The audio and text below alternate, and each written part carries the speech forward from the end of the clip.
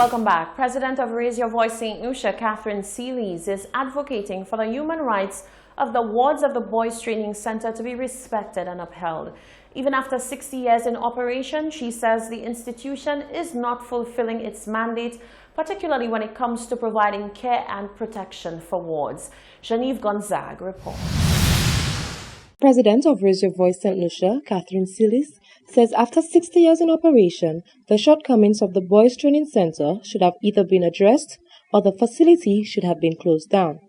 Seelys is adamant that the center is unfit for rehabilitation or the safety of the wards. Our problem is that the place is unfit, and we think the government of St. Lucia should shut it down. The children for care and protection, if they cannot go back to their parents' home, send them with a foster carer, and the juvenile offenders, they will have to manage them externally, just like they do outpatients. She has expressed her views on the cross-contamination of the wards and juvenile delinquents at the Boys Training Center. In the first place, the facility does not have the capacity to hold both children for care and protection and children who are juvenile offenders. There is a cross-contamination going on there, and everything comes out bad. So our main issue is that the processes, the procedure, the things they do to rehabilitate children are non-existent, so children are not getting rehabilitated. We believe, and it is our firm belief, that children get indoctrinated into being more serious criminals than when they go in. The people who work there are not equipped. The structures are not in place. The infrastructure, which is the building in itself, is an old building, more than 60 years old or something of that nature. And it is not suitable. It's not fit for purpose for the wards that are sent there. It's not fit for purpose for the people who work there. It's a very unhealthy environment, both for the physical environment. It is not good for emotional health. It is not good for psychological health. It's not good for anything. There are no processes and procedures there that people can point to say, this is what we do and this is what we get out of it. If a boy goes there and he comes out and he decides, I'm going to change my life, that because his internal belief is that he needs to be different. The social activist is outraged that the authorities, who should know better, continue to place wards from broken families into such a facility. The Human Services Department is the core of the human rights violations of poor people in St. Lucia, from just deciding that because you come there and say you need help, I can just detain your child as a center I know has so many shortcomings, to the fact that people take the power they are given as public servants and use it to further marginalize vulnerable populations, women and children, and people who are generally poor and don't know their rights. She says that after it does the right thing and close down the center, the government can always go back to the original plans of relocating and building a better place for the wards to be rehabilitated and kept safe. Raise Your Voice St. Lucia, she says, will continue to call for the closure of the Boys Training Center until it's done. Reporting for Hot 7 News, I am Genevieve Gonzague. The St. Lucia Red Cross Society is calling on all St. Lucians to get certified in first aid. Given the recent spate of road accidents, the association believes it is always best to be prepared to help. It says it is open to the public for training 7 days a week. More in this report.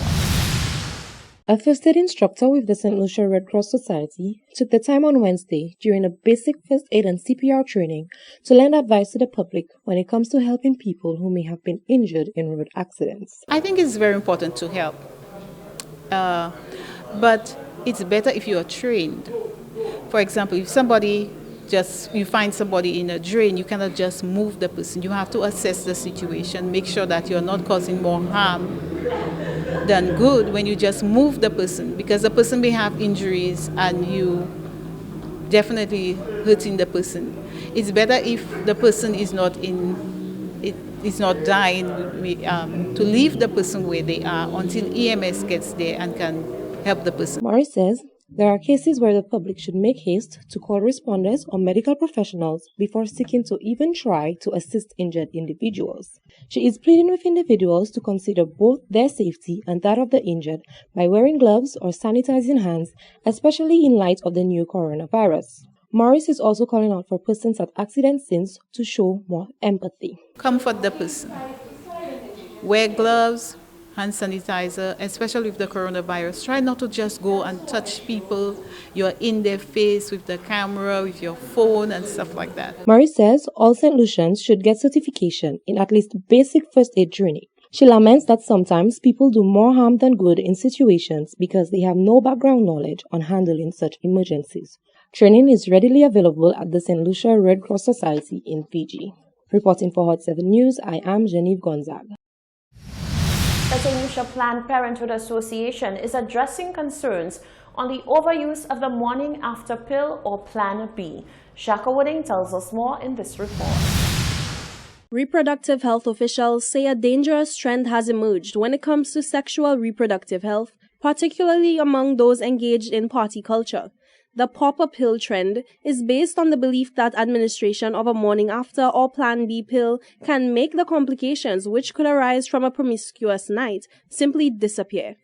As explained by a representative of the St. Lucia Planned Parenthood Association, Patricia Modest, this is not at all the case. Modest underscored that before the use of any medication, a certified medical professional ought to be consulted. What I tell people, the best thing to do, get the advice from your doctor. Do not practice anything unless you see your medical doctor, because sometimes it might not go with your health. You might be hypertensive, you might have other condition, and these things don't really work with you. See your medical doctor. It is not wise for a woman to just go to the drugstore and just say, I want a packet of pill. This might not work with you because the pill has different dosages.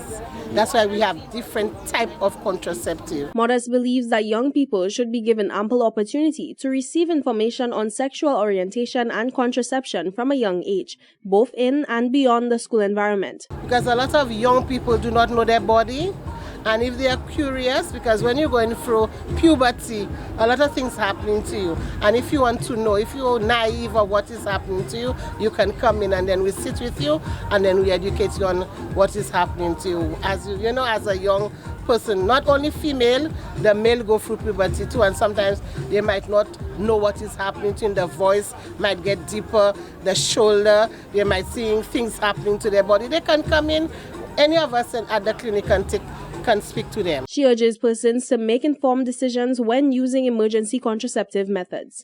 For Hot 7 News, I am Jacka Wooding. The St. Lucia National Students' Council on Thursday, the 12th of March, held a press conference to assure students that the newly elected council has a lot in store to advance their cause. Genevieve Gonzague reports. President Zanika Emilia and Public Relations Officer Danielle Charles of the National Students' Council on Thursday 12th gave an account of activities already undertaken by the newly formed National Students' Council. The National Students' Council, we had various events from December to January, and some of these include, we collaborated with the Office of the Prime Minister with the Christmas party for differently abled children and a DASH collaboration, and these events were really successful, and so we do thank them for these collaborations. Danielle also highlighted a few of the upcoming activities and projects that the council has its sights set on. Highlighting a number of activities that the NSC will be having.